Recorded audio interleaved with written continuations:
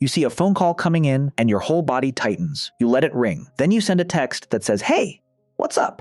Most people would call that rude, but you don't feel rude. You just feel relieved. And there is a reason for that.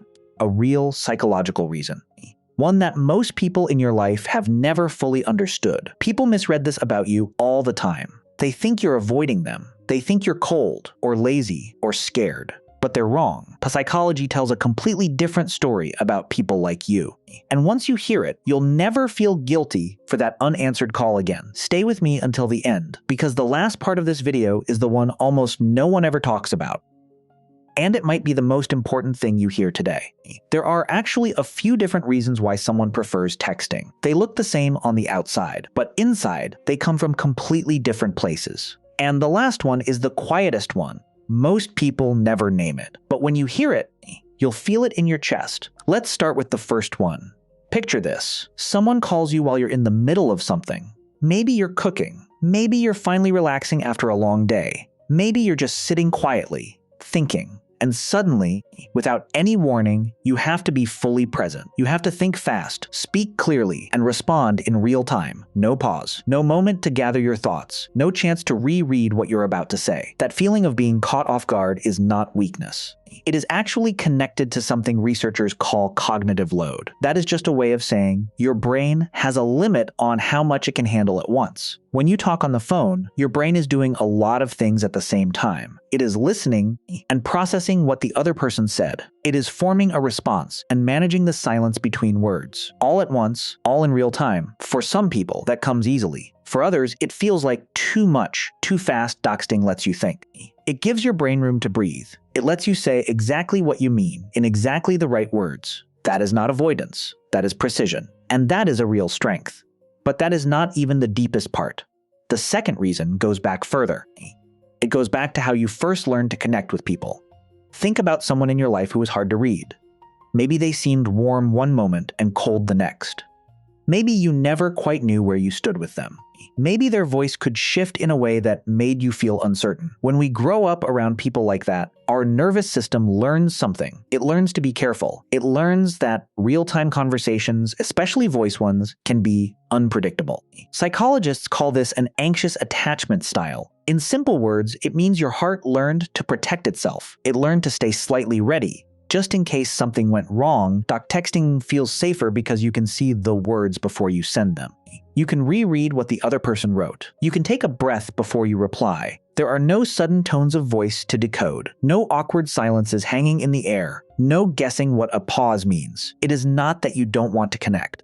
You want to connect more than most people. You just want to connect in a way that feels steady, in a way that feels safe. And honestly, that makes complete sense. But the deepest reason of all is the one coming next. And this is the one almost nobody ever names. Before we get there, I want you to slow down for just a moment and picture this. You are a kid again, maybe 8 or 9 years old. You've just had a big feeling inside you, something exciting or something that hurt deeply, and you want to tell someone about it.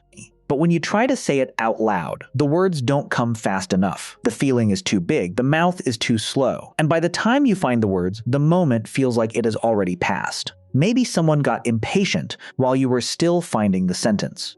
Maybe they moved on before you finished. Maybe you learned, without anyone ever saying it directly, that you had to be quick. That taking time to find your words meant something was wrong with you. That slow was the same as wrong. So you got quiet.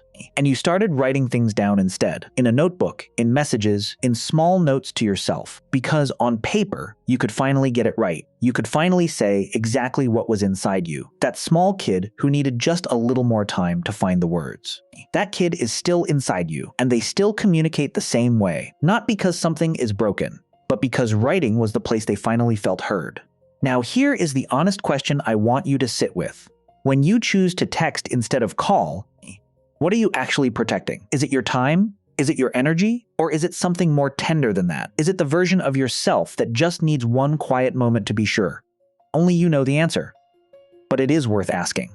And here is what this whole video has been building toward. Remember at the very start when I said your whole body tightens when a call comes in? That tightening is not anxiety about the person calling. It is your nervous system doing its job.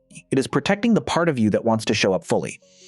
It is saying, wait, let me be ready, let me be present, let me get this right. You are not avoiding connection, you are preparing for it. That is not a flaw. That is depth. People who prefer texting are often the ones who think before they speak. They are the ones who remember exactly what you said 3 weeks ago. They are the ones whose messages actually mean something because they chose every word on purpose. You are not broken. You are not cold. You are not antisocial. You are someone who takes communication seriously, someone who wants the words to match the feeling. And the world needs more people like that. So the next time your phone rings and you feel that quiet pull to let it go to voicemail, don't shame yourself, just notice it. And remember what it actually means. I want you to drop one comment below, just one. Tell me this. Do you prefer texting? And does anyone in your life truly understand why? You don't have to explain yourself here. Just say yes or still waiting. I read every single one. And the next video is going to go even deeper into this. It is about why some people feel more like themselves in writing than they ever do in person. If this video made you feel understood, that one is going to feel like coming home. Because just like we said at the very start, that tightening you feel when the phone rings, it has always been telling you something true about yourself. Now you finally know what it is.